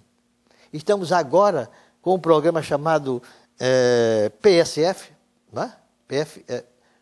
Programa de Saúde da Família, excepcional, extraordinário. É exemplo e foi copiado de um dos maiores programas de saúde pública do mundo, premiado e aplaudido no mundo inteiro. O programa de saúde familiar é um dos programas mais inteligentes e de maior penetração e de maior importância que nós temos ultimamente em termos de saúde pública. Pela sua abrangência, pela sua resolutividade, porque se pode resolver até 70% dos casos, desobstruir os hospitais de terceira e de quarto nível, né? Principalmente os hospitais universitários, que para lá, como hospital de excelência, eram para ir os casos mais graves, mais sérios. O resto a gente aprenderia ou ensinaria nos hospitais regionais, nos hospitais de terceira ordem ou terceiro nível. Mas estamos lá com filas e mais filas no hospital universitário, onde deve ceder espaço e tempo e ensino para o que é complexo, o que é difícil, o que se vai enfrentar, com doenças que possam ser resolvidas nos bairros. Então, esse PSF, ele pode resolver isso aí, pode dar uma grande ajuda ao destino dos hospitais universitários. Mas, infelizmente, ele peca, o chamado PSF peca, porque ele deveria estar acolhendo pessoas vocacionadas para aquilo ali. E tem muitos jovens que estão querendo se especializar, já nas faculdades de medicina, para ser médicos de comunidade, medicina comunitária. Querem viver nesse tipo. Nós estamos com um elenco de colegas septagenários e octogenários, que não tem mais nenhuma coisa, defasados, que não estão naquele ocaso profissional, que até se entende, estão levados, que estão tendo dificuldades financeiras, muito por dificuldade financeira, muitos com dificuldades até de ler uma receita, ou de enxergar. Quer dizer, isso, pela situação econômica que se encontra os médicos, mas isso é errado. Vamos resolver esse problema econômico de outra maneira, mas não dentro de um programa dessa ordem. Uma vez conversando com um desses secretários de saúde que já tivemos aqui no Estado, e nessa época estava sob a supervisão estadual, eu disse, você tem que fazer concurso, você tem que fazer avaliação, tem que ver as pessoas vocacionadas, tem que preparar essas pessoas em cursos especializados, porque essas pessoas são muito importantes dentro desse programa. Nós não podemos estar dando vaga a pessoas que estão sem... Não, ele vai, meu marido, ou meu tio, ou meu pai está agora no PSF, não sei de onde, porque ele fica sem fazer nada em casa, a gente pensou que ele podia se distrair num posto de saúde. Ora, então, aí nós começamos a ter alguma dificuldade de entender, né? Bom, essa é a crítica que eu faço à situação do ensino médico, mas deixar bem claro, até por uma questão de justiça, o médico não criou nada disso. Tudo isso veio do mundo, tudo isso veio do que está aí. Ele é também uma grande vítima disso tudo. A minha mensagem a um jovem que almeja ser médico, eu daria aquele mesmo conselho, se é que eu posso dar conselho, que tenho dado aos meus netos. Primeiro, só faça medicina se essa for a sua inclinação, se for a sua vocação. Mesmo que a vocação seja uma coisa muito subjetiva e que não haja um medidor de vocações, mas mesmo assim a gente sabe, a gente tem a ideia daquilo que a gente pode fazer melhor. Eu acho que a gente deve fazer, que a gente não deve fazer o que gosta. A gente deve gostar do que faz, que é muito mais importante. Mas eu tenho dito aos meus netos, só façam medicina se isso está na alma de vocês. Se querem ser médico, pela crueza, pela dureza, pelas dificuldades de que é ser médico. E escolhendo ser médico, também não faça apenas a pedido do pai, da vaidade do pai, que quer deixar um filho ou uma filha para continuar a sua obra. O indivíduo, quer dizer, você renasce no seu filho, não porque ele é profissional igual a você, mas porque é uma nova criatura, porque é uma nova pessoa, porque ele vai lhe continuar em espírito e em matéria. Que escolham uma boa faculdade de medicina, estudem, porque a concorrência é muito grande. Escolham uma boa faculdade de medicina. comecem, não pensem nesse especialismo que infelizmente dominou de 30 anos para cá, o ensino médico e as próprias vocações.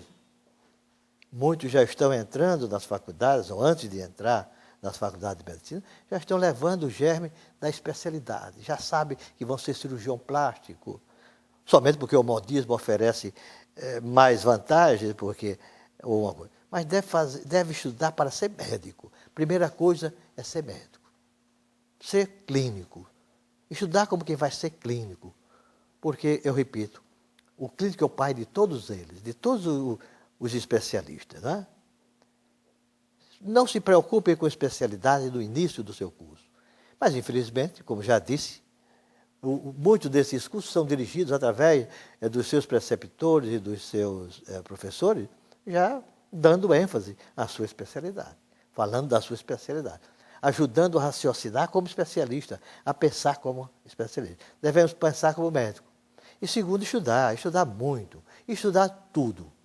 Não apenas aquilo que trata das ciências biológicas e da saúde, mas estudar tudo que possa estudar, porque a alma humana é feita de muitos fragmentos, e que nós não vamos tratar apenas do que é físico do homem. Não vamos apenas tratar do paciente, do doente. Vamos tratar do homem, da mulher, da criança. E isso vai nos ajudar muito. Certa vez perguntaram a um grande médico, a um grande mestre do direito, eu posso fazer analogia com a medicina, perguntaram a Joaquim Nabuco o que era que se fazia, o que é que se devia fazer para ser um bom advogado e se devia estudar muito direito. Então ele disse, quem sabe somente direito, nem direito sabe. Então estudar apenas as ciências da natureza, dentro dessas ciências biológicas, não é importante. Outra vez perguntaram a um grande Said Heinemann, o Said Rami, um grande mestre, o maior neurologista que se conheceu e que é o introdutor da nova neurologia mundial, que tem um sinal de Said Rami, né, da Coreia, de uma doença chamada Coreia. E um aluno entusiasmado com os dizeres do professor Said Rami, disse, mestre, para ser médico, qual é o primeiro livro que devo ler? Desses livros de medicina, eu acredito que não eram tantos naquela época. Ele olhou assim os olhos do seu aluno e disse, leia Dom Quixote de la Mancha. E ele teve aquela surpresa, mas professor, Dom Quixote de la Mancha? Sim, porque você primeiro tem que entender o homem. Entenda primeiro o homem, mergulhe na alma dele. Porque se você não entender o que é o homem, você não vai entender a doença que existe nele. E depois que depois que eu leio esse Dom Quixote de la Mancha, ele disse, leia, porque ao abrir as páginas você vai ver o que é a vida e como são os homens. Do sonhador, abstrato, romântico, que não pensava em coisas materiais, que era a figura do engenhoso fidalgo, Dom Quixote, aquele mais apegado às coisas materiais, que era o Sancho Panza, né? Disse o mestre, leia os conselhos que ele deu a Sancho quando ele foi governar a Ilha da Barataria. Né? E depois que eu li esse livro, se leia O Jogador de Dostoiévski, para ver a ânsia, a ansiedade, o que é, afinal de contas, a paixão. Né? A paixão pelo jogo, a paixão do jogo. E depois que eu li, afinal de contas, esses livros todos que o senhor pensa que eu leia, qual é o que eu devo ler? Se não tiver mais nada aqui, leia também um pouco da Bíblia. Eu não leio porque eu sou ateu, disse o estudante. Eu não acredito em Deus. O mestre disse, não tem importância nenhuma se você acredita ou não em Deus. O importante é que Deus já acreditou em você. E já colocou nas suas mãos o destino de todos nós. Então essa é a mensagem do grande mestre Said Rami para um jovem estudante de medicina, que eu emprestaria e tomaria as suas palavras em um sentido mais romântico e mais sonhador da profissão, que não deixa de ser, por mais brusca e por mais cruenta que ela seja, ela não perdeu o seu romantismo.